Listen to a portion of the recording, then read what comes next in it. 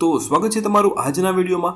આની પહેલાના વિડીયોમાં આપણે જોયું કે ત્રિકોણ અંદર કોઈ ત્રિકોણ આપેલા હોય તો આપણે કેવી રીતે ગણવા। આજના આ વિડીયોમાં આપણે જોઈશું કે કોઈ ચોરસ અંદર કોઈ ત્રિકોણ આપેલા હોય તો એને કઈ રીતે ગણવા। હું તમને આ વિડીયોમાં બધું શીખવાડીશ જેથી તમને ભવિષ્યમાં કોઈ પણ પ્રકારની તકલીફ ના રહે। તો ચાલો શરૂ કરીએ। માને તમને આવી કંઈક આકૃતિ આપેલી છે। ચલો આ એકદમ સિમ્પલ છે, બહુ સરળ છે। અહીં ધ્યાન રાખજો, અંદર ચોરસની અંદર કેટલા ભાગ છે? ચોરસની અંદર 4 ભાગ છે, બરાબર? 4 ભાગ છે, જેટલા ભાગ હોય એને આપણે ડબલ કરવાના છે, બસ એટલું જ યાદ રાખવાનું છે। અહીં 4 ભાગ છે તો આપણે 4 ના ડબલ કરીશું, 4 દુને 8। અહીંયા 8 ત્રિકોણ છે। પહેલી આકૃતિ છે એટલા માટે હું તમને સમજાવું છું કે બીજા 4 ત્રિકોણ ક્યાં છે। અહીંયા 4 ત્રિકોણ તો તમને દેખાય જ છે।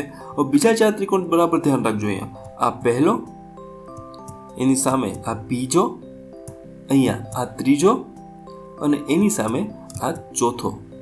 આ 4 ત્રિકોણ સંતાયેલા ત્રિકોણ છે જે આ રીતે આવેલા છે, એટલે કુલ 8 ત્રિકોણ થાય છે। ચલો આગળની આકૃતિ જોઈએ। માની લો તમને કંઈક આવી આકૃતિઓ આપેલી છે। હવે આમાં ભાગ ગણીએ। સર્વપ્રથમ ભાગ ગણીએ। અહીંયા 6 ભાગ છે તો આપણે 6 ના ડબલ કરી નાખવાના છે, 6 દુને 12, બરાબર? 6 દુ 12, આમાં જવાબ આવશે 12। હવે આ આકૃતિના ભાગ ગણો, કેટલા છે? આ આકૃતિના 8 ભાગ છે તો અહીંયા કંઈ નથી કરવાનું, 8 ના ડબલ કરવાનું છે, 8 દુને 16, જવાબ આવશે 16। આગળ જોઈએ। હવે આ આકૃતિનો જવાબ તમારે મને કોમેન્ટ કરવાનો છે કે આનો જવાબ કેટલો આવશે। આગળ જોઈએ। હવે માની લો કે તમને આવી કંઈક આકૃતિ આપેલી છે। હવે વચ્ચેનો ચોરસ આપણે જો ગાયબ કરી દઈએ તો આપણે જે પહેલી આકૃતિ જોઈ હતી એવી જ છે, સેમ છે, બરાબર? ભાગ ગણી લઈએ, 1 2 3 4। હવે આપણે 4 ના ડબલ કરતા હતા, 4 દુને 8। પેલી ઉપરની આકૃતિમાં 8 ત્રિકોણ છે। હવે આપણે ચોરસ એડ કરીએ। હવે ચોરસ એડ કરતા અંદર પણ 4 ભાગ પડે છે, 1 2 3 4। હવે એના પણ આપણે 4 ના ડબલ કરીએ, 4 દુને 8, બસ। હવે આ 8 અને 8 નો સરવાળો કરવાનો છે એટલે જવાબ આવશે 16। તો આમાં 16 ત્રિકોણ છે। આગળ જોઈએ, હવે વધુ ખબર પડશે તમને। માની લો આવી આકૃતિઓ આપેલી છે। હવે આ પહેલી આકૃતિ જુઓ, આમાં કેટલા ભાગ છે? આમાં 6 ભાગ છે તો આપણે 6 ના ડબલ કરીશું, 6 દુને 12। અંદર કેટલા ભાગ છે? અંદર પણ 6 ભાગ છે તો આપણે 6 દુ 12 બીજી વાર કરીશું એટલે 12 અને 12, જવાબ આવશે 24 ત્રિકોણ છે। હવે બાજુ આ આકૃતિમાં 8 ભાગ પડે છે તો આનો જવાબ તમારે મને કોમેન્ટ કરવાનો છે કે આનો જવાબ કેટલો આવશે। ચલો આગળ જોઈએ। હવે માની લો તમને આ પ્રકારની કંઈક આકૃતિઓ આપેલી હોય તો કંઈ નથી, આમાં એક જ વસ્તુ આપણે રિપીટ કરી રાખવાની છે, એક જ વસ્તુ ચાલ્યા જ રાખશે, આમાં નવીન કાંઈ બીજું આવશે નહીં। ભાગ ગણી લઈએ, 8 ભાગ છે તો આપણે 8 દુને 16। હવે અંદર ચોરસ કેટલા છે? અંદર બીજા 2 ચોરસ છે તો પાછા એના પણ 8 દુ 16, 8 દુ 16 પાછા કરવા પડશે, એટલે 3 વાર 8 દુ 16, કારણ કે અંદર અહીંયા 3 ચોરસ છે એટલે મને 3 વાર 8 દુને 16। હવે એનો સરવાળો કરીએ, 16 16 16, જવાબ આવશે 48। તમે સીધું પણ કરી શકો છો કે ભાઈ 8 દુને 16 આવી ગયા તો તમે 16 ગુણ્યા 3 કરી શકો છો, 16 તેરી 48 થાય, બરાબર? એ પણ કરી શકો છો।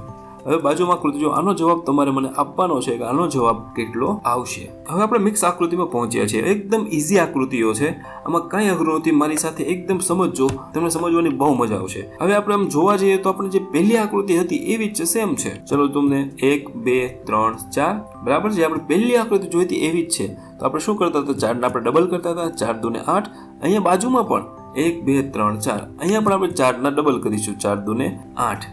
ચલો હવે 8 અને 8 નો પેલા લખી લઈએ આ રીતે। હવે તમે અહીંયા એક જ વસ્તુ યાદ રાખજો કે અહીંયા જ્યાં 2 ચોરસ એ ક્યાં પોઈન્ટે જોડાય છે, જ્યાં બંનેની રેખાઓ એકબીજાને અડે છે, એક આ અને નીચે બીજો આ, એક 2 જગ્યાએ એવી છે જ્યાં બંનેની રેખાઓ એકબીજા સાથે અડે છે, 2 ત્રિકોણ મોટા ત્રિકોણ બને છે। તો પેલા આપણે લખીએ કે જેટલા જોડાણ જેટલા ટપકા એટલા ત્રિકોણ, તો 2 ને લખી લઈએ। હવે ક્યાં ત્રિકોણ છે હું તમને બરાબર બતાવું, ધ્યાન રાખજો।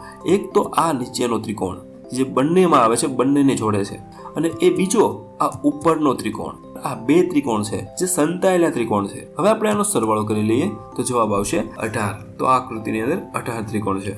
આગળની આકૃતિ જોઈએ। હવે માની લો આવી કંઈક આકૃતિ આપેલી છે, એકદમ સરળ છે, આપણને ખબર છે એનો જવાબ કેટલા આવે છે? 8 8 અને 8, બરાબર? 3 જે ચોરસ છે એના જવાબ તો 8 8 8 આવે છે। હવે જોઈએ જોડાણ ક્યાં છે। જોડાણ અહીંયા જો પેલા 4 જોડાણ આપેલા છે, આ 3 ચોરસ 4 જગ્યાએ જોડાયેલા છે તો એને આપણે 4 લખીશું। હવે આપણે બધાનો કરી નાખશું સરવાળો। બધાનો સરવાળો કરતા આપણે જવાબ મળશે 28। આ આકૃતિની અંદર 28 ત્રિકોણ છે।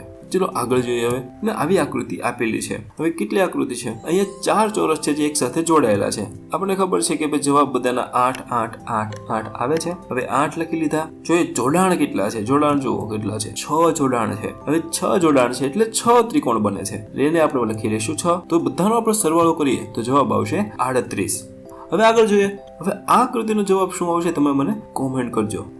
હવે તમને આવી આકૃતિ આપેલી છે. હવે આ આકૃતિમાં આપણે પેલા આકૃતિને થોડીક છૂટી કરીએ. બરાબર, જો છૂટી થઈ ગઈ. હવે આપણને ખબર છે કે આ આકૃતિનો જવાબ શું આવશે. પેલા તો જે આ ચોરસ છે એની અંદર 4 ભાગ છે, તો 4 ના ડબલ કરીશું એટલે 4 દુને 8. હવે આ બે ત્રિકોણ પણ સમાન છે એટલે આપણે એના જવાબ પણ 8 8 આવશે. હવે પેલા આપણે આવી રીતે એને લખી લઈએ. હવે આપણે પેલા ત્રિકોણને બીજા ત્રિકોણ સાથે જોડીએ. હવે આપણે જે પેલી આકૃતિ જોઈ હતી જે જોડાણ વાળી એ આકૃતિ જ થઈ ગયા. હવે આમાં ક્યાં જોડાણ છે? બે જગ્યાએ જોડાણ છે. બે જગ્યાએ જોડાણ છે તો અહીંયા બે ત્રિકોણ બને છે, એને લખી લઈએ. હવે નીચેના ત્રિકોણને આપણે ઉપર સાથે જોડીએ તો અહીંયા પણ બે જોડાણ પડે છે, અહીંયા પણ બે જોડાણ પડે છે એટલે બે ત્રિકોણ એ બને છે, એને લખી લઈએ. હવે એક ત્રિકોણ છે જે સંતાયેલો છે, જે ત્રણેય આકૃતિમાં આવે છે. આ ત્રિકોણ છે એ સંતાયેલો છે જે ત્રણેય આકૃતિઓમાં આવે છે.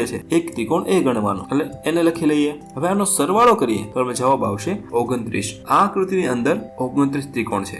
આગળ જોઈએ. હવે માની લો આવી કઈક આકૃતિ આપી છે. પેલા આપણે એને છૂટી કરી લઈએ. હવે આપણને ખબર છે આનો જવાબ શું આવશે. હવે પેલા આપણે ગણી લઈએ. પેલી આકૃતિ એવી સેમ આકૃતિ આ થઈ ગઈ છે. હવે 8 8 8 8 4 એના 8 8 જવાબ આવશે. એને આપણે પેલા લખી લઈએ. પેલી આકૃતિને બીજી આકૃતિ સાથે જોડીએ તો અહીંયા બે જોડાણ પોઈન્ટ પડે છે. જે દરેક આકૃતિમાં આપણે જોઈએ છીએ બે જોડાણ પોઈન્ટ. અહીંયા બે ત્રિકોણ બને છે એટલે 2 ને ગણી લઈએ. હવે નીચેની આકૃતિને ઉપલી સાથે જોડીએ તો અહીંયા પણ બે જોડાણ પડે છે તો અહીંયા પણ બે ત્રિકોણ બનશે, એને પણ લખી લઈએ આપણે. હવે છેલ્લી આકૃતિને ઉપર સાથે જોડીએ. હવે એક વસ્તુ યાદ રાખજો, છેલ્લી આકૃતિને તમે ઉપર સાથે જોડી છે તો અહીંયા એ બે ચોરસ સાથે જોડાય છે એટલે આના 4 જોડાણ પોઈન્ટ આવશે. જો કઈ રીતે બતાવું છું તમને.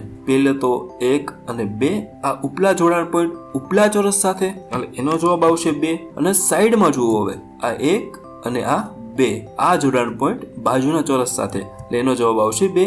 એ પણ લખી લઈએ. ચલો હવે આમાં ગણતરી પૂરી થઈ ગઈ તો નહીં, હજી આમાં 4 ત્રિકોણ એવા છે જે સંતાયેલા છે, જે બહુ મોટા ત્રિકોણ છે, જે ચારે આકૃતિને જોડે છે. હવે ક્યાં ત્રિકોણ છે હું તમને બતાવું છું. પહેલો જુઓ આ મોટો ત્રિકોણ 1, એની સામે બીજો ત્રિકોણ, આ ત્રીજો ત્રિકોણ અને એની સામે આ ચોથો ત્રિકોણ. આ 4 ત્રિકોણ બને છે તો એ 4 ને પણ આપણે લખી લઈએ. હવે આપણે આ બધાનો સરવાળો કરીએ તો આપણને જવાબ મળશે 44. આ આકૃતિની અંદર 44 ત્રિકોણ છે. આગળ જોઈએ. હવે મારે તમને આવી કઈક આકૃતિ આપેલી છે. ચાલો આને પણ છૂટી કરી લઈએ. દર વખતની જેમ 8 8 8 એને આપણે લખી લઈએ. અને એક આ મોટો ત્રિકોણ છે તો એને આપણે એક ગણી લઈએ. હવે પાછું જેમ હતું એમ પાછું ગોઠવી દઈએ. મને અહીંયા 4 ત્રિકોણ બીજા દેખાય છે. 1 2 3 4. એ 4 ને પણ આપણે ગણી લઈએ. એ સિવાયના એક ત્રિકોણ એવો બને છે જેમાં 3 ત્રિકોણ છે. બરાબર, જો એક આ ઉપલો ત્રિકોણ જે આપણે પહેલા વિડીયોમાં ચર્ચા કરી એ રીતે જેમાં 3 ત્રિકોણ બને છે તો 3 ત્રિકોણ આ ગણીશું આપણે. નીચે પણ એની જેવો જ છે, આમાં પણ 3 ત્રિકોણ બને છે તો એ 3 ગણીશું. હજી 2 ત્રિકોણ બાકી છે, 1 અને 2. બરાબર, આ 2 ત્રિકોણ બીજા. આ બધાનો સરવાળો કરીશું તો આપણને મળશે 37. આનો જવાબ આવશે 37. તો આજનો વિડીયો આપણે અહીંયા સુધી રાખીએ છીએ.